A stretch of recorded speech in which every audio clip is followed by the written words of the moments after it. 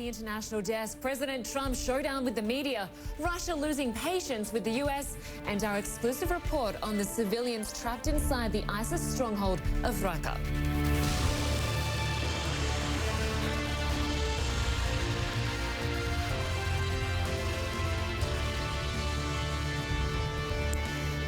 For joining us, I'm Linda Kincaid. US President Donald Trump is dealing with the fallout from his latest controversial tweet as he prepares for a busy week on the foreign policy front.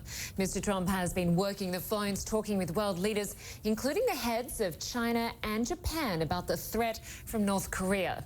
Well, there's a lot to discuss. I want to bring in our military and diplomatic analyst, retired Rear Admiral John Kirby. Great to have you with us. I want to start with US-Chinese relations. So much tension right now. The US president seems disappointed that China hasn't done more to rein in North Korea. We know they've slapped sanctions on a Chinese company and a couple of individuals.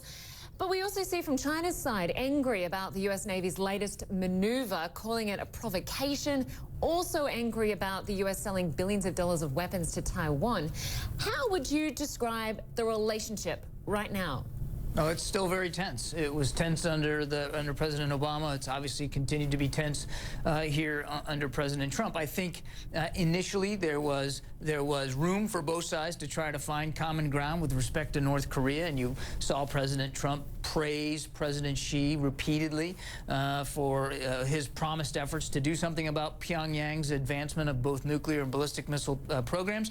Obviously, that hasn't panned out. The Chinese do have unique influence over Pyongyang, the only other nation state in the world that has any potential influence over Pyongyang, but they have never really proven willing to use it effectively on behalf of the international community, because so much trade goes on between those two countries, and because China figures that a Pyongyang that they can keep somewhat stable is better than having a reunified Korean peninsula that is allied with the West. That is not in their best interest. So it's been very, very difficult to get China to act on behalf of the international community, or to even in accordance with some of U.S. national security interests. And I think that's what you're seeing now. And then obviously these meetings this week, these will be interesting to see how the two leaders now interface directly in the wake of these increased tensions. Yeah, certainly a lot of frustration on both sides. I want to pivot now to Russia.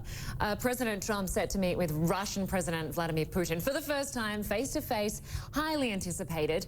Apparently they won't discuss Russian meddling in the U.S. election. What do you think it'll be like when the former KGB officer meets with a former reality TV star?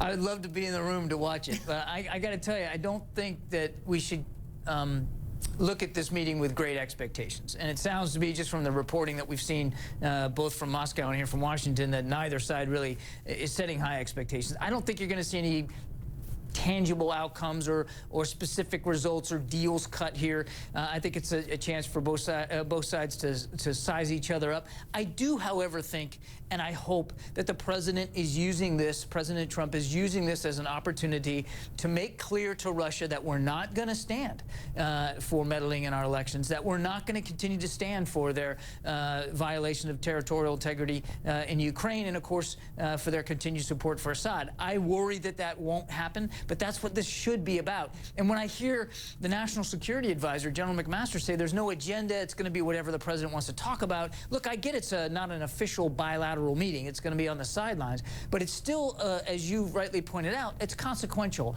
and they should take advantage of this every moment of this meeting to try to make very specific points about our national security interests with President Putin.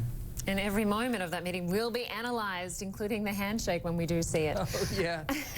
The other issue I want to look at is the fight for Raqqa. Right now, US-backed forces are closing in on ISIS-controlled Raqqa, but there are major concerns about what will happen after ISIS is defeated. Will there be a power vacuum? And yes, if so, who will fill it? Yeah, that is the question, quite frankly. Look, you can already see that the regime, the Assad regime, wants Raqqa back. You know, it's obviously a big city in the state of Syria, and Assad wants it back. And he's got Russia backing here to try to win this civil war against the opposition groups. The coalition, the U.S.-led coalition, on the other hand, is really all about just defeating ISIS and getting and reducing the territorial gains and acquisition of ISIS, taking their power and influence away. And that's what this fight against Raqqa, or fight of Raqqa, is all about. Now, we have supported some Syrian Democratic Forces on the ground. They are making gains. But the real big question is what happens after Raqqa has fallen. What the administration here in the United States has been faulted for is a lack of a strategy. Now, I'm not saying they don't have one. If they do, they haven't exactly shared it with members of Congress or the American people about what we're going to do long-term in Syria once ISIS is toppled, particularly there in Raqqa. So that's a very big question. And I would expect that the situation in Syria will come up when Putin and Trump meet. And again, this is another opportunity for Trump to lay down some markers on Russia and what they've been doing to prop up the Assad regime and perpetuate the civil war. They have said they want to fight ISIS and terrorism in Syria. They have not proven willing to do that at all. Retired Rear Admiral John Kirby, always great to get your perspective. A lot to discuss. Thank you so much. You betcha.